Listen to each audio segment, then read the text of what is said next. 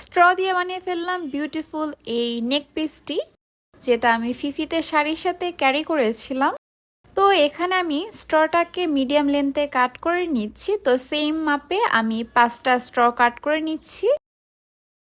তো আপনারা চাইলে বড়ও কাট করতে পারেন। এবার আমি স্ট্রটার মিডলে 3টা হোল করে নিচ্ছি সুইয়ের সাহায্যে।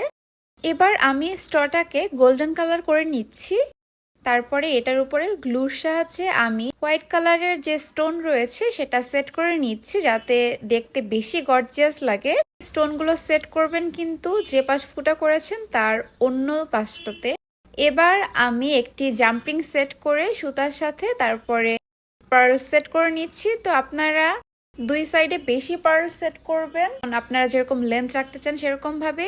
তারপরে আমি স্ট্রটা সেট করে নিয়েছি। তারপরে মিডলে আমি অল্প করে পার্ল দিচ্ছি আর স্ট্র সেট করে নিচ্ছি। তো সেম ভাবে আমি পার্ল এবং 5টা স্ট্রর যে প্রথম হোলটা সেখানে কিন্তু সেট করে নিচ্ছি। তো আপনারা ট্রাই করবেন দুই পাশে যাতে সমানভাবে পার্ল ইন করা হয়। এবার একটি জাম্পিং সেট করে নিয়েছি। তো হয়ে গিয়েছে একটা চেইন। এবার সেম ভাবে আমি সেকেন্ড হোলটাতেও পার্ল ইন করে নিচ্ছি। তো আপনাদের যে বলেছিলাম স্ট্রটা আপনারা চাইলে বড় রাখতে পারেন, তাহলে এখানে আমি 3টা লেন্থ দিয়েছি, আপনারা চাইলে বেশি লেন্থও দিতে পারবেন। তো হয়ে গিয়েছে আমার নেক পিসটা।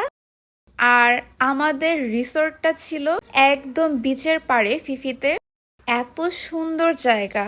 সকালবেলা এটা 6টার সময় ভিউ ছিল, সবাই ঘুমাচ্ছিল, আমি শাড়ি পরে বের হয়ে গিয়েছি।